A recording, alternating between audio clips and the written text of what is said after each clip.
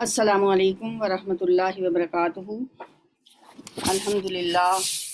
الحمدللہ نحمدہ ونستعینہ ونستغفرہ ونؤمن بہ ونتوکل علیہ ونعوذ باللہ من شرور انفسنا ومن سیئات اعمالنا، من یہدہ اللہ فلا مضل لہ ومن یضللہ فلا ہادی لہ، واشہد ان لا الہ الا اللہ وحدہ لا شریک لہ، واشہد ان محمدا عبدہ ورسولہ، اما بعد فإن خیر الحدیث کتاب اللہ وخیر الہدی ہدی محمد صلی اللہ علیہ وسلم، وشر الأمور محدثاتها وكل محدثة بدعة وكل بدعة ضلالة وكل ضلالة في النار۔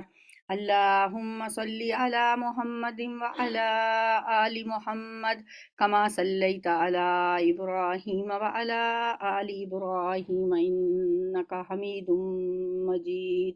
اللهم بارك على محمد وعلى آل محمد كما باركت على إبراهيم وعلى آل إبراهيم إنك حميد مجيد۔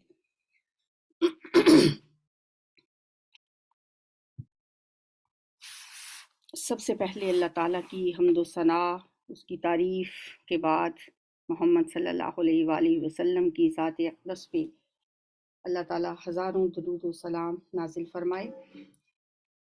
امام نووی کی کتاب ریاض الصالحین، جس کے اندر انہوں نے وہ تمام احادیث جمع کر دی ہیں جو انسان کو زندگی گزارنے کا ایک لیسن دیتی ہیں، آداب زندگی سے ریلیٹڈ۔ اس میں احادیث ہیں جو ہم نے الحمدللہ ایک باب اس کا ہم نے مکمل کیا ہے، جس میں آئی تھنک 12 احادیث تھیں۔ وہ باب نیت کے بارے میں تھا۔ عموماً آپ نے دیکھا ہوگا کہ حدیث کی کتابوں میں نیت کے بارے میں احادیث کو ہمیشہ شروع میں لے کے آیا جاتا ہے۔ تو یہ کتاب بھی امام نووی میں رحمہ اللہ نے اس کو ابواب میں تقسیم کیا ہے، اور پہلا باب انہوں نے بھی نیت کے بارے میں رکھا، اور دوسرا باب ہے باب التوبہ۔ توبہ کا جو لفظ ہے، تابہ یتوبو کا مطلب ہوتا ہے واپس لوٹنا، رجوع کرنا۔